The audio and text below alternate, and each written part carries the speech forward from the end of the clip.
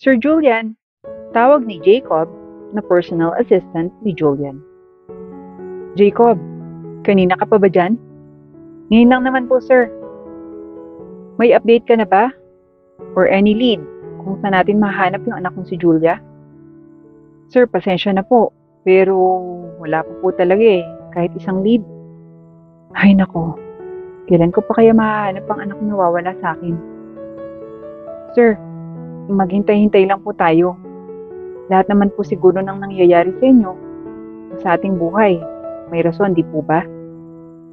Pero Jacob, 16 na taon na akong naghihintay. Sa tamang pagkakataon na yan.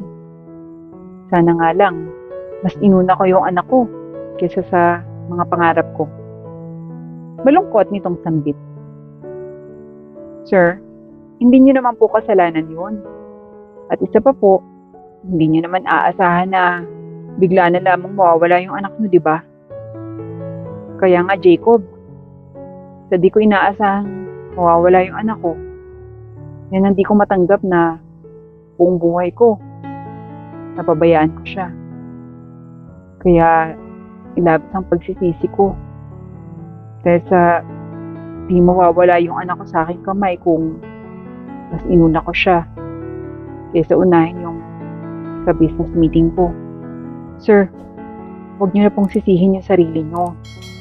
Alam ko na po na kung nasan man yung anak niyo ngayon, ay nasa tamang kalagayan siya. Di ba nararamdaman niyo naman siguro na ligtas yung anak niyo? Nararamdaman ko naman yung Jacob.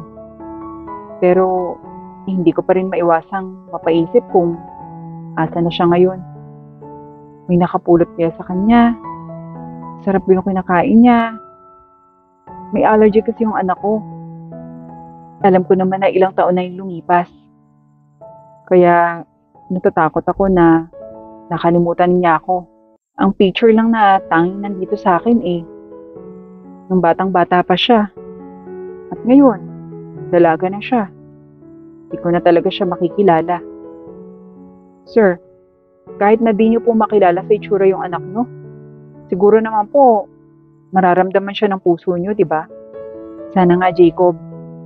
Alam niyo, sir, naniniwala ako na kahit na matagal na nawalay sa inyo yung anak niyo, mananatili pa rin may lukso ng dugo yung mararamdaman niyo kapag nakaharap niyo siya. Sana nga, Jacob. Pakidalan mo nga ako ng alak dito. Gusto kong iinom na lang lahat ng mga sakit.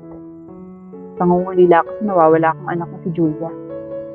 Pero sir, huwag na ako kayong uminom. Sige na Jacob, pabayaan mo na ako. Sige na Jacob, pabayaan mo na ako.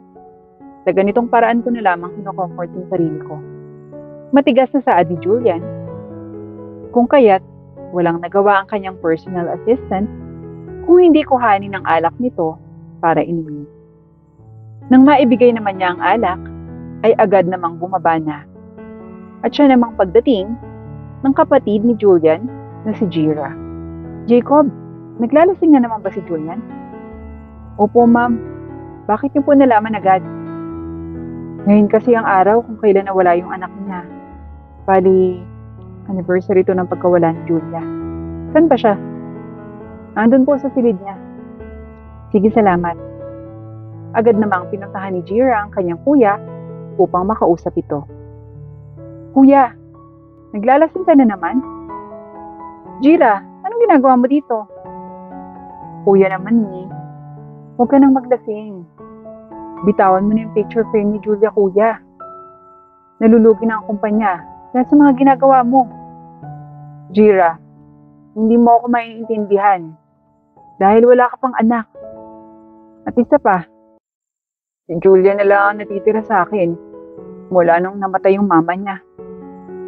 Kuya, tigilan mo na yung pag-inom mo. Imbis na inumin mo yan, hanapin na lang natin si Julia, okay? Jira, iyak ni Julian. Shh, kuya, ang mabuti pa, ayusin mo yung kumpanya mo. Dahil baka kapag nalugi ka, mawawala na tayo ng pera. At hindi na natin mahanap ang muli si Julia. Isa pa, May lead akong nahanap. Ha? Saan? Di pa ako sure, kuya. Kasi, may nakita ko. Pero parang ang layo-layo ng itsura niya sa pamangkin ko. Julia yung pangalan niya. Wala daw siyang apelyido. Dahil lumaki lang daw siya sa kalye. Pagpapakita ni Jira sa picture ng dalaga. Siya na yan, Jira. Ano ko yan? Umiiyak na saad ni Julian habang hinaaplos-aplos ang picture na ipinakita ng kapatid. Kuya, hindi pa tayo sigurado. Alam mo naman, baka may mga kalaban tayo sa kumpanya at gusto lang tayo mapatumba. Pero Jira, nararamdaman ko na anak ko yan. Kuya, huwag muna sa ngayon. Kung gusto mong puntahan natin yung babaeng yan, makinig ka sa akin. Jira, banta ni Julian sa kanyang kapatid. Pasensya ka na kuya, pero hindi ko sasabihin kung saan ito mahahanap. Kung gusto mong makita yung babaeng to, susunod ka sa gusto ko. Inuutusan mo ba ako, Jira? Kuya, hindi kita inuutusan. Ginagawa ko to para sa atin at lalo na para sa iyo. Papayag ka ba na mahanap mo rin yung anak mo? Tapos maghihirap tayong muli? Nasaan na yung pangako mo? Gusto mo makita yung anak mo? Isipin mo kuya, kung lumaki siya sa hirap, ay kailangan pumawi ka sa kanya at iparamdam ang mayamang buhay na nawala sa kanya. Kaya please kuya, ayusin mo muna yung kumpanya natin bago ko sabihin at samahan ka na puntahan natin ang babaeng ito. Paliwanag ni Jira kahit napatango na lamang si Julian dahil may punto naman ang kanyang kapatid. Dahil doon ay ginawa ni Julian na unahin ang kanyang kumpanya at hindi rin nagtagal ay bumangon na rin ito at bumalik sa pagiging sikat. So Jira, nagawa ko na yung gusto mong ipagawa. Siguro naman, gagawin mo na yung pabor ko. Oo naman kuya, huwag kang mag-alala. Mabuti naman nagkakaintindihan tayo. Kuya, kilala mo ako at tumutupad ako sa usapan. So ano, kailangan ko nang makita yung anak ko. Kuya, caution lang ha. Huwag kang munang mag-assume. Huwag mo na expect si Julia talaga yung anak mo at baka masaktan ka lang. Jira, sanay na ako. Sa halos ilang taong palagi ako nasasaktan dahil hindi pala sila yung anak ko. Ngayon pa ba ako mas masasaktan, di ba? Kung sa bagay. Sige, pupuntahan natin siya sa Melitron Restaurant sa Palawan. Melitron? Bakit sa restaurant? Kuya, nagtatrabaho yung batang yan bilang waitress. Ganun ba? Kawawa naman. Pero matatapos na rin ang paghihirap niya. Dahil sa wakas, mahanap ko na rin ang anak ko. Basta kuya, huwag masyadong mag-expect, okay? Tara na. Suwestyon ni Jira kung kaya't agad namang umalis na sila. Sa kabilang dako naman, sa isang restaurant sa Palawan, ang lahat ng empleyado ay ipinatawag. Everyone gather please here. We'll have a meeting. Saad ng may-ari ng restaurant. Excuse me po sir, kasali po ba kami? Magalang na tanong ni Julia. Aba oo naman, kasali ang lahat. Kaya't bilisan nyo na, may problema pa tayo. Saad ng may-ari. At agad na nagpunta ang lahat sa meeting hall. Meron tayong biglaang events sa restaurant. Kaya't gusto ko, lahat tayo ay magtrabaho ng tama at dapat friendly, okay? Bakit ho, sir? Tanong ni Nina na isa sa mga waitress din. Dadalaw dito si Mr. Julian, isang sikat na CEO na nagmamay-ari ng iba't ibang kumpanya sa bansa natin, maging sa ibang bansa. Ha? Bakit daw po? Hindi ko rin alam. Basta't maya-maya din, dadating na sila. Kahit kailangan nating maghanda. Dahil hindi sila basta-bastang tao lang. At baka sila yung maging dahilan para mas maging sikat yung restaurant natin. Pero may problema ako. Ano naman po yung problema, sir? Kailangan ko sana ng may kakanta sa restaurant natin. Para kahit papano, gaganahan silang tumambay dito.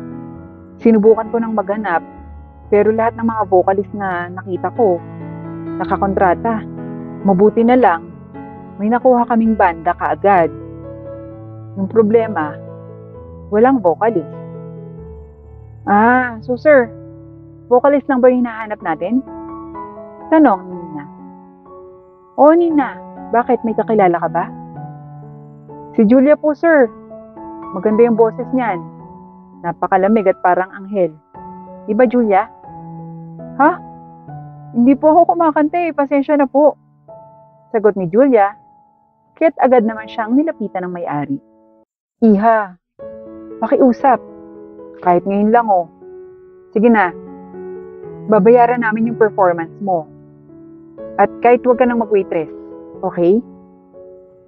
Pero sir, Iha, wala nang pero-pero. Sige na, ikaw na yung magiging vocalist. Maraming salamat, Nina. Kinabahan pa naman ako. Pero sir, pwede po bang magsaserve muna ako bago ko kakanta? Kasi, alam niyo na po, gustong-gusto ko po kapag nagsaserve, di ba? Okay lang naman, Julia. Basta kakanta ka, okay? Opo, sir. Salamat. Sagot na lamang ni Julia. Pagkatapos niyon, ay agad na silang naghanda na. Nakarating naman kaagad sina Julia at Jira sa Meritron Restaurant.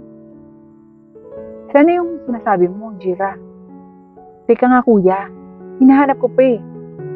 Pero, teka, bakit wala yata siya ngayon? Anong wala, Jira? Huwag mo akong lulukohin na, may usapan tayo. Kuya, waitress talaga siya dito. Promise. Tatawagin ko na lang yung manager nila para tanungin. O sige, ikaw ang bahala. Dahil ikaw talaga yung may lilintikan sa akin. Paalala ni Julia sa kanyang kapatid. Tatayo na sana si Jira para tanungin ang manager, subalit may babaeng biglang umakyat sa mini stage ng restaurant at nagsalita ito. Magandang araw po sa lahat, lalong-lalo na po sa ating bisita na isa sa pinaka-impluensyal na tao, si Mr. Julia at Miss Jira. Magandang araw po. Inihahandog ko po sa inyo ang isang awit. Paniwala ni Julia at agad na ito ang kumanta. Kuya, siya yun. Ani Jira. Tinitigan ni Julian si Julia. Kung kaya't napaluha na siya dahil sa sobrang saya. Jira, siya talaga yung anak ko. Ramdam na ramdam ko sa puso ko. Malungkot nitong saad. Ito pong huling kanta na aawitin ko ay ang awiting A Whole New World. Isa po ito sa pinaka-paborito kong kanta na kinakanta sa akin ng tatay ko bago ako nawalay sa kanya. Wika ni Julia at agad na kumanta. Hindi na matiis ni Julia ng kanyang nararamdaman kung kaya't agad siyang umakyat sa stage. Anak, naluluha ang saad nito.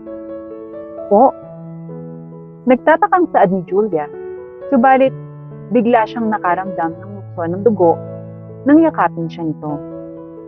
Ikaw nawawala akong anak, Julia. Matagal na kitang hinahanap. Ilang taon na kitang hinahanap. At hindi ako makapaniwala na ngayon ay nahanap na kita. Hindi ko po naiintindihan, sir. Nagdadalawang isip na saad ni Julia. Kantahin na lamang natin ang kantang ito upang maalala mo ang lahat. At kung hindi ka pa rin kumbinsido, ay hayaan mong sabihin at ipaalala ko sa iyo ang lahat. Suhestyon ni Julian. Agad nilang kinanta ang kanilang awitin at napuno ng palakpakan ang restaurant. Bumaba si Julian at Julia sa stage at pumunta sa kanilang mesa. Ikaw nga talaga si Julia. Ang pamangkin ko. Matagal ka nang hinahanap ni kuya. Po, huwag kang mag-alala, Iha. Para mas mapatunayan talaga ni kuya na ikaw ang anak niya, okay lang ba na magpa-DNA test kayo? At nagtataka ka ba kung bakit agad na sinabi ni kuya na anak niya? Opo. Bakit ho, ma'am? Hindi ba sabi mo kanina, yung huling kanta mo ay siyang kanta na itinuro sa'yo ng tatay mo? Diba? Yung kanta din na yan, ang itinuro ko at ni kuya sa anak niya si Julia. Magkapareho kayo ng pangalan at parehong kanta rin. Wala ka ba talagang naaalala? Pasensya na po talaga, ma'am. Pero wala po talaga eh. Sa bagay, halos 16 na taon ka rin nawala eh. Oo, anak. Kaya't isasama ka namin para makapagpa-DNA test tayo. Ayoko nang may masayang pang pagkakataon. Seryosong saad ni Julian kay Julia. At dahil doon, ay isinama nila si Julia sa Maynila upang magpa-DNA test. At nang makuha ang resulta, ikaw ang papa ko. Naiiyak na saad ni Julia. Hindi siya makapaniwala dahil ang buong akala niya ay wala na siyang pamilya. Kaya't labis na kasiyahan ang kanyang nararamdaman. Lalong-lalo na si Julian. Safe ka na ngayon, anak. Huwag kang mag-alala. Babawi ako sa iyo. Lahat ng hirap na naranasan mo ay hindi mo na ulit mararanasan pa. Paninigurado ni Julian sa kanyang anak. Walang sinayang na sandali si Julian upang makabawi sa kanyang anak. Maging ang mga taong tumulong kay Julia doon sa Palawan ay masayang masaya dahil sa wakas ay nakasama na niya ang kanyang ama na buong akala niya ay wala na.